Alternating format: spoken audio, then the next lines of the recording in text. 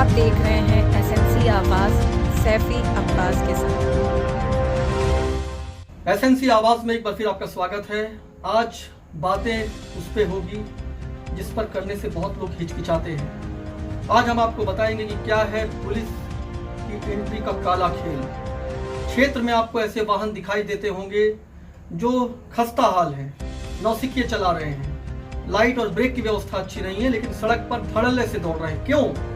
क्योंकि इस वाहन से जुड़े हुए मालिक, ठेकेदार पुलिस को एंट्री देते हैं। बाकायदा पुलिस के पास हर एक वाहन की लिस्ट है। सड़क पर चलने वाले वाहन चाहे कितनी भी खराब स्थिति में हो, अगर वो एंट्री दे रहे हैं तो बेहतर है, और अगर एंट्री नहीं दे रहे हैं तो उसमें 1000 ऐब है।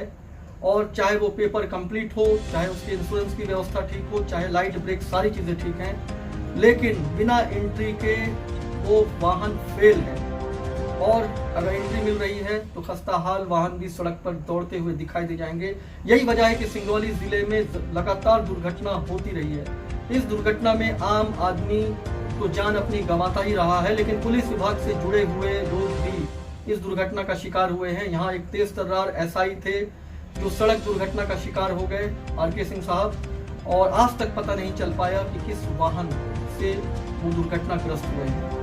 लेकिन पुलिस की एंट्री का ये खेल लगातार चलता रहता है, और एंट्री सिर्फ वाहनों में ही नहीं, बल्कि आप कुछ क्षेत्र में सुनते होंगे कि गांजा बिक रहा है, नशीला पदार्थ बिक रहा है, कच्ची शराब बिक रही है, अवैध शराब बिक रहा है। उस गांव का बच्चा, बुजुर्ग व्यक्ति, युवा सभी जानते हैं, लेकिन पुलिस नहीं जानती है, वो बेखबर रहती है, क्योंकि उसे एंट्री मिलती है।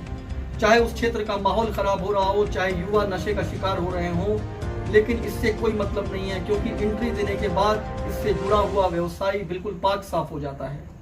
पुलिस की एंट्री का ये खेल इस तरह की स्थितियों को और अपराध को किस कदर बढ़ाता है, और इस अपराध से जुड़े हुए लोग कितने मन भरे होते हैं कि वो चाकू, छुरी और किसी भी तरह के हथियार से हमला करने से भी पीछे नहीं हटते हैं, क्योंकि उन्हें ऐसा लगता है कि हम एंट्री दे ही रहे हैं, हम एक रिसोर्स हैं, तो कहीं ना कहीं जिसको हम चढ़ावा दे रहे हैं वो तो हमें सुरक्षित रखेगा ही। लेकिन आप सोचिए, इसका खामियाजा आम इंसान ही भुगतता है। यहाँ पे एक शिक्षिका है जिनका इकलौता बेटा, जिसकी सरकारी नौकरी के बाद वो पहली बार अपने घर आया था, और उसके बाद शक्तिनगर रेलवे स्टेशन से टिकट लेकर वापस लौट रहा था और दुर्घटना का शिकार हो गया। आप सोचिए, इकलौता बेटा।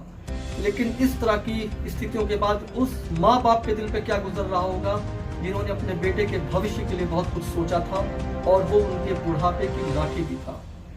पुलिस एंट्री लेती है, लेकिन उसके बाद जिस तरह के वाहन रोड पर दौड़ते हैं, ये आपको कितना असुरक्षित कर रहे हैं ये कहने की बात नहीं है, क्योंकि सड़क पर जिनकी जान जा रही है वो और उससे जुड़े हुए लोग जो रोज सड़क पर चलते हैं वो जानते हैं। आप देखते होंगे ठेकेदारों के श्रमिक जिन्हें ठूस कर भरा जाता है, उन तक देखने वाला कोई भी नहीं है, और ऐसे वाहन आपको अक्सर दिखाई दे जाएंगे। आपने कभी ये सोचा है कि इस तरह के वाहनों को क्यों नहीं रोका जाता है? क्योंकि पुलिस एंट्री लेती है, और एंट्री के नीचे ये सारे ऐब दब जाते हैं। इस एंट्री के साथ साथ क्षेत्र के कई ठेकेदारों के कैंप में आप बहुत बड़ी चीजें बनते हुए देखेंगे, 40 से 50 हजार का सामान बनते हुए देखेंगे, जो पुलिस विभाग से जुड़े हुए लोगों के घरों तक पहुंचेंगे और पहुंचते हैं, क्योंकि उन्हें अगर क्षेत्र में धंधा करना है या गाड़ी चलवाना है तो उन्हें हर तरह का चढ़ावा देने के लिए तैयार रहना होगा। लेकिन आप बताइए, पुलिसिंग की ये कौन सी व्यवस्था है जिसमें इस तरह की एंट्री को बढ़ावा देते हैं और किसी ठेकेदार पर ये दबाव बनाते हैं कि आपको ये काम करना ही होगा, चाहे वो कितनी भी ईमानदारी से काम करे। यही वजह है कि वो लोग जो अपना पेपर और सारी चीज़ों को बेहतर रखते थे, अपने वाहनों को बेहतर चलाते थे, वो भी एंट्री देने के बाद उदासीन हो जाते हैं। उन्हें लगता है कि जब हम एंट्री दे ही रहे हैं तो पेपर और दूसरी अनियमितता या नौसिखिया वाहन चला भी रहे हैं तो क्या होगा। यानी एक व्यक्ति जो बेहतर की तरफ जा रहा था, वो इस एंट्री के बाद उदासीन होकर उसी हिस्से का, उसी सिस्टम का हिस्सा बन जाता है। बातें चाहे किसी को अच्छी लगे या बुरी लगे, लेकिन ये हकीकत है जो हमने आपको रूबरू कराया है। पुलिस की एंट्री हर जगह पर, तमाम जगह पर अपराध को बढ़ाने में एक बहुत बड़ी भूमिका निभाता है, और यही वो एंट्री है जो क्षेत्र में दुर्घटना को भी बढ़ावा देती है। वरना नौसिखिए आखिर कैसे वाहन चलाएंगे, पेपर की अनियमितता कैसे रहेगी, कैसे खस्ताहाल वाहन चलेंगे, कैसे ठूस के श्रमिक बैठकर एक जगह से दूसरी जगह जाते हैं। उस चौकी और थाना क्षेत्र से होकर गुजरते हैं और उसके बाद भी उन्हें कोई नहीं देखता। सड़क पे लगातार दुर्घटना होती है और आप अक्सर सुनते होंगे कि गाड़ी में ब्रेक नहीं था, लाइट नहीं थी और नौसिखिए वाहन चला रहे थे।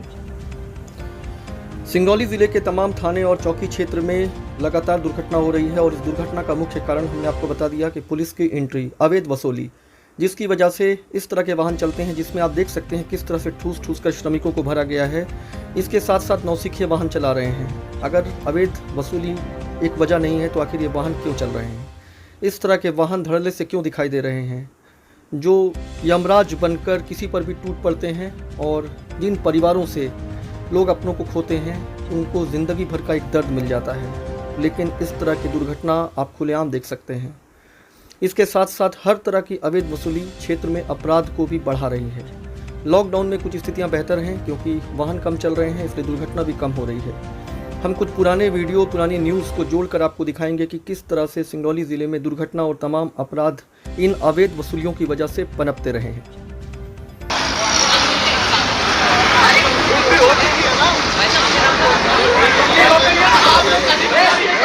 किस क्लास में पढ़ती हो तुम? क्या हो गया था? मेरे ऊपर चढ़ा दिए। अच्छा, वो बाइक चढ़ा दिए तुम्हें तो? कहाँ से उड़ के आ गया? तो पता ही नहीं चला किसका मार गया। क्या नाम है? तो क्षेत्र और जैन पुलिस चौकी के आगे बलिया नाला मुख्य मार्ग पे है और ठीक इसके आगे उत्तर प्रदेश की सीमा शुरू हो जाती है। हम आपको बता दें ये मुख्य मार्ग है और आप यहाँ पर देख रहे होंगे ये 12 चक्का वाहन किस तरह से असंतुलित होकर ब्रिज के नीचे आ गया है। रात में 10 बजे के आसपास की ये घटना है। सबसे व्यस्त मुख्य मार्ग पर हम खड़े हैं। अगर ये घटना दिन में होती तो कई वाहन इसके चपेट में आ जाते और एक बड़ी दुर्घटना भी हो सकती थी। लेकिन ये तो रोज की बात है। घर से निकलते ही जो सबसे पहली खबर मिलती है वो यही होती है कि कोई किसी वाहन के चपेट में आ गया है या कोई वाहन दुर्घटनाग्रस्त हो गया है। लेकिन इस तरह से नौसिखिए नशे में जो वाहन चलाते हैं उन पर अंकुश नहीं लग पा रहा है कि नहीं, और उनको चलाने वाले किस तरह से वाहन चला रहे हैं। वो खुद तो असुरक्षित हैं लेकिन लोगों को भी असुरक्षित कर रहे हैं।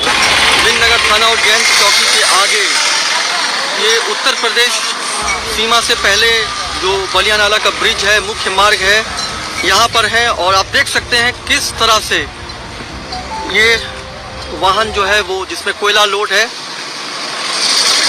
बाकायदा ब्रिज को तोड़ते हुए आधा लटक रहा है। ये मालिक आ रहे हैं गड्ढे पे। तो ये गाड़ी कहाँ जा रही थी?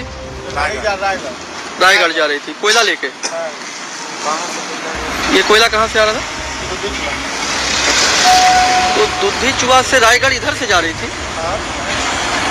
मतलब यहाँ कौन से रूट से जा रही थी? पलंगी वार्डम नगर। अच्छा अच्छा। तो आपको ये तो रात की घटना है, आपको जानकारी कब मिली? तो रात्रि को मिली। तो ड्राइवर जो है वो फरार है? फरार है, मोबाइल बंद है। अच्छा, इसमें तो एक क्लीनर भी रहता है, उसका क्या है? क्लीनर नहीं था, क्लीनर जैन प्लेटफॉर्म। क्या कहेंगे आप? ये वाहन इस तरह से दुर्घटनाग्रस्त हो गया है, सबसे व्यस्त मार्ग में लगातार दुर्घटना हो रही है, ये चिंता का विषय है। यहाँ सीएल का रूट अलग होना चाहिए और पब्लिक के लिए अलग रूट होना चाहिए। यहाँ रोज रोज की समस्या है, नई बात नहीं है। और जिससे यहाँ के नागरिक भी रहता है और यहाँ सीएल से जो निकल करके ट्रांसपोर्टिंग करने वाले लोग हैं वो भी परेशान हैं।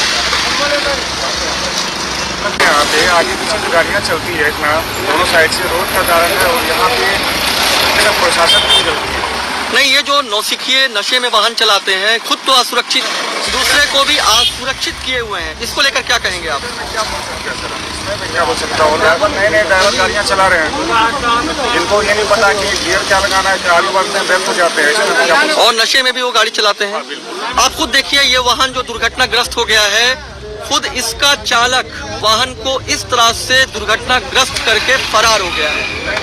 हो गया, मोबाइल भी बंद कर दिया। ऐसा नहीं क्या होता, मेन मालिक आ रहे हैं गड्ढे पे। हर तरह की अवैध वसूली की वजह से माफिया यहाँ पर अपना पैर पसार रहे हैं। आप देख सकते हैं जब कोयला चोरी होती तो किस तरह के छोटे बच्चे इस तरह से ट्रेनों पर चढ़कर बेखौफ होकर कोयला उतार रहे हैं। और एक समय ऐसा था कि रेलवे ट्रैक पर आपको काफ़ी बड़े पैमाने पर कोयला भी दिखाई देता होगा।